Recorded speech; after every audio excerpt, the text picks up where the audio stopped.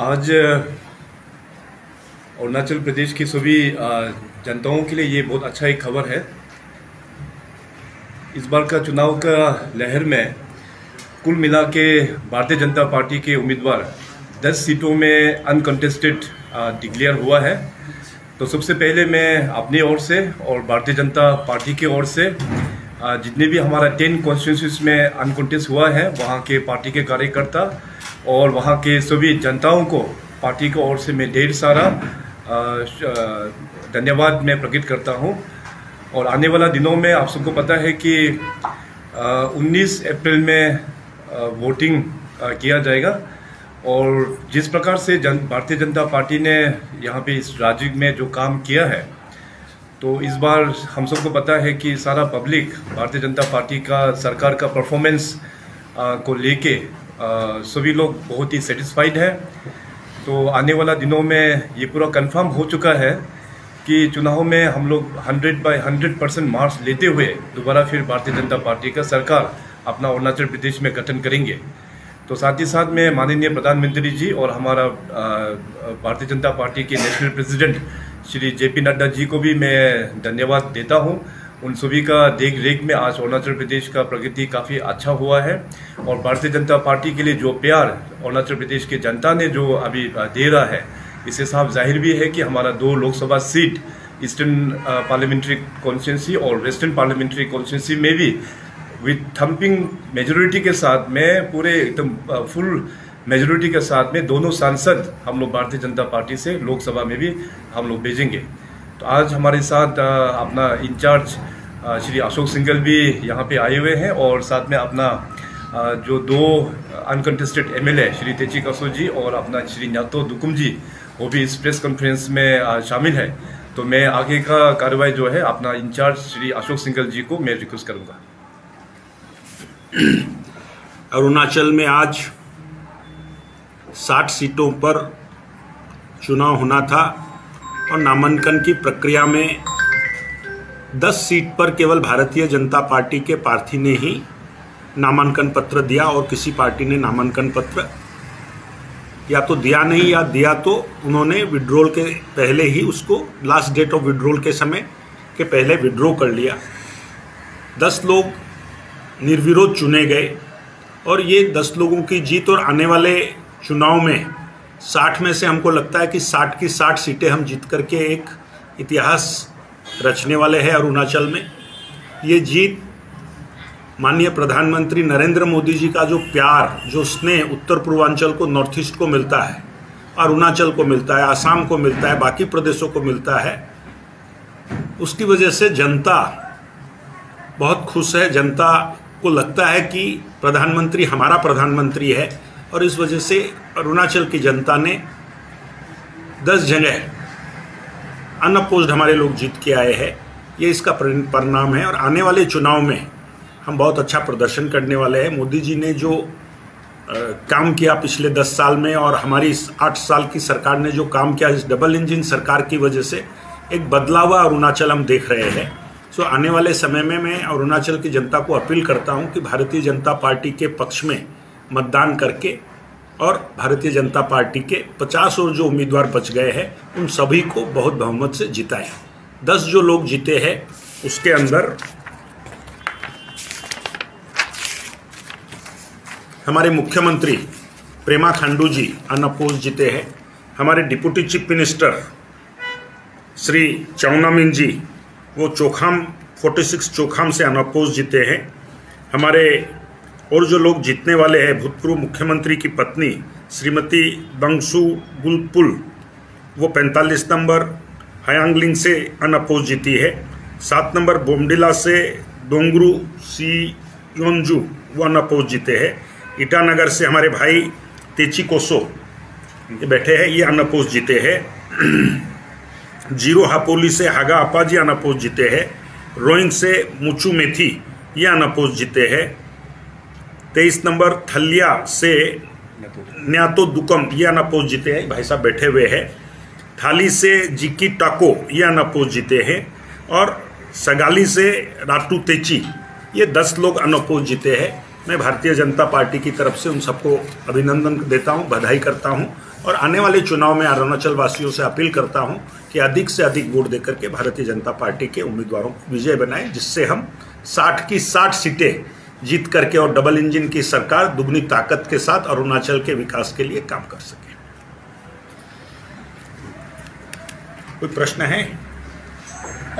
Sir कितना समझते हैं सर, कितना चैलेंज था बीजेपी को कि 60 में 60 कैंडिडेट्स को आप लोगों ने 177 आउट ऑफ 177 आप लोगों ने 60 को सेलेक्ट किया, और क्या लगता है कि आप लोगों ने जो सारा 60 कैंडिडेट जो सेलेक्ट किया वही वापस आएगा उनके, इतना आप कैसे करके आश्वस्त है सर? ऑपोजिशन को क्या बिल्कुल भी देने का इरादा नहीं है क्या सर?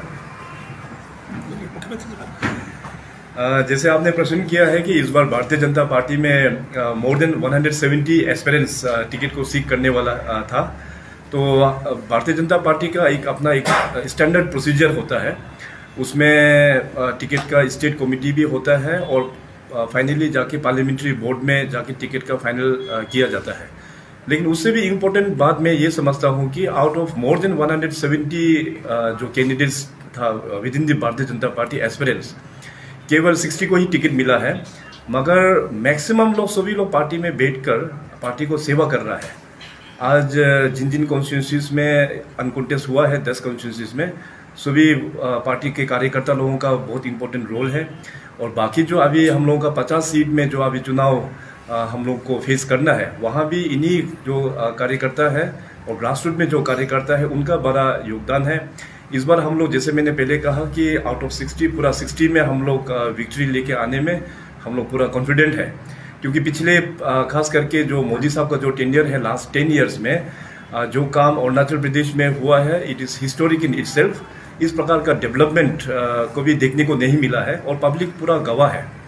सो पूरे अरुणाचल प्रदेश में अभी कमल का फूल के प्रति इतना अच्छा माहौल है, आप लोग देख सकेंगे कि अभी चुनाव 19 अप्रैल को है और काउंटिंग जो है जून 2 को होगा, तो जून 2 में बहुत ही अच्छा रिजल्ट्स भारतीय जनता पार्टी के पक्ष में जाएंगे। ये पूरा हम विद फुल कन्विक्शन के साथ में मैं ये बोलता हूँ। खांडू साहब, जब आप बोल ही गया है तो आज 2024 है, हम 2014 को याद करते हैं। 10 साल पहले जब पेमा खांडू, उसमें भी अनकॉन्टेस्ट हुआ था और उस समय भी 10-11 सीट कांग्रेस ने लेके आया था। आज हिस्ट्री को शायद 2024 में रिपीट किया है, इसका ऊपर में आप क्या बोलना है?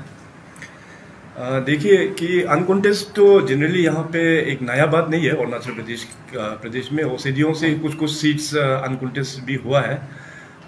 2014 में कुल मिला के शायद 11 सीट जिसे आपने बोला है उसमें अनकॉन्टेस्ट हुआ था, और 2019 का इलेक्शन में जो भारतीय जनता पार्टी के यहाँ पे जो फुल फोर्स में हम लोग जब इलेक्शन लड़ा तो उसमें भी 3 सीट तो बीजेपी को अनकॉन्टेस्ट मिला था।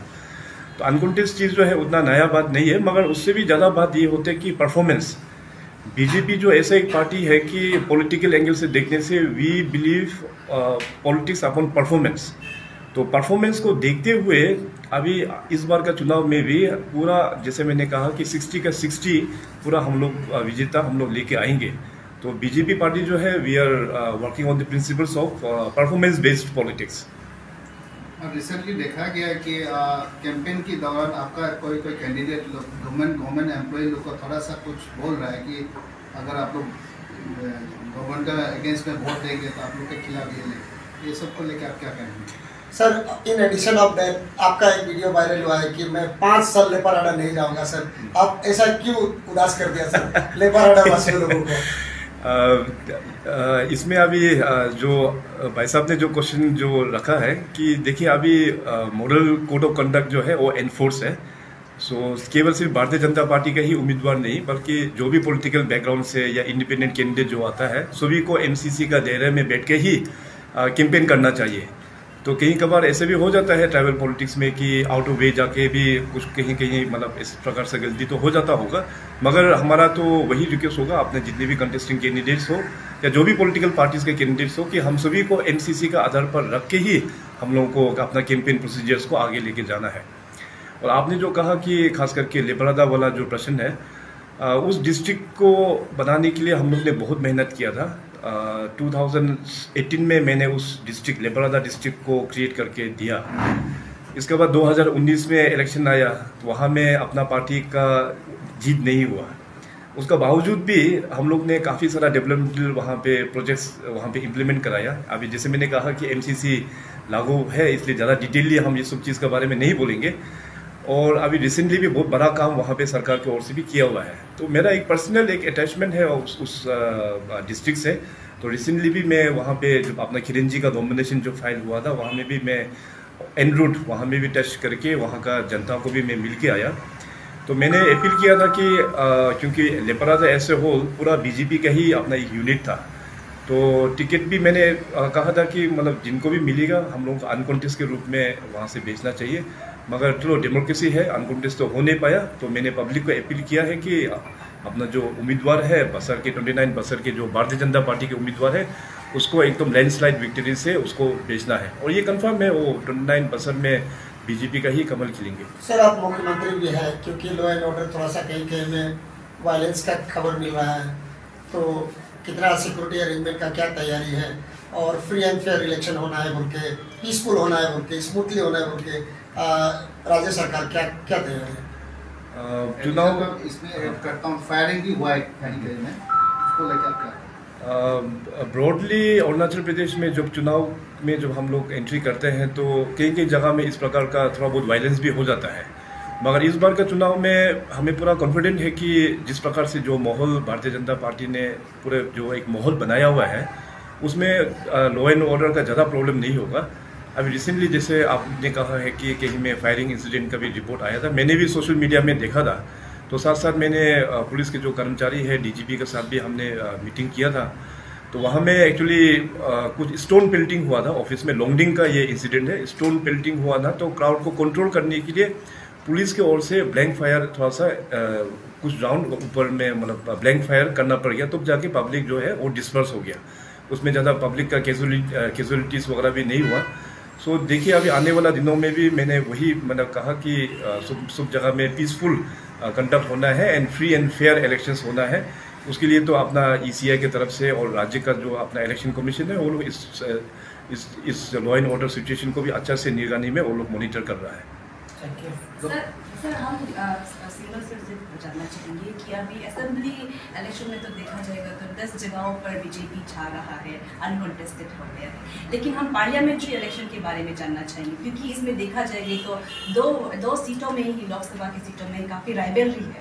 तो इसमें आपका क्या कमेंट रहेगा? इसमें आप कितना कॉन्फिडेंट हैं? BJP को टक्कर देने वाला दोनों पार्लियामेंट में कोई भी राजनीतिक दल या उम्मीदवार नहीं है, और बहुत सहज सरल तरीके से पिछले 8 साल में अरुणाचल के अंदर और पिछले 10 साल केंद्र सरकार ने जो काम अरुणाचल में किया है, हम अपना रिकॉर्ड कार्ड लेकर के, हमने जो काम किया है, हमारी जो अचीवमेंट है, उसको लेकर के हम जनता के बीच में जा रहे हैं। और जनता का बहुत समर्थन है, मोदी जी को बहुत आशीर्वाद है अरुणाचल की जनता को। दोनों सीट आज तक जितने वोट से कोई भी प्रत्याशी नहीं जीता, अब की बार 2024 के चुनाव में उतने रिकॉर्ड वोट से हमारे दोनों सांसद उम्मीदवार जीतने वाले हैं। सर, वेस्टर्न पार्ट में आप कितना चैलेंज हिसाब से लेकर 8 उम्मीदवार है, किरण होगा कि नहीं?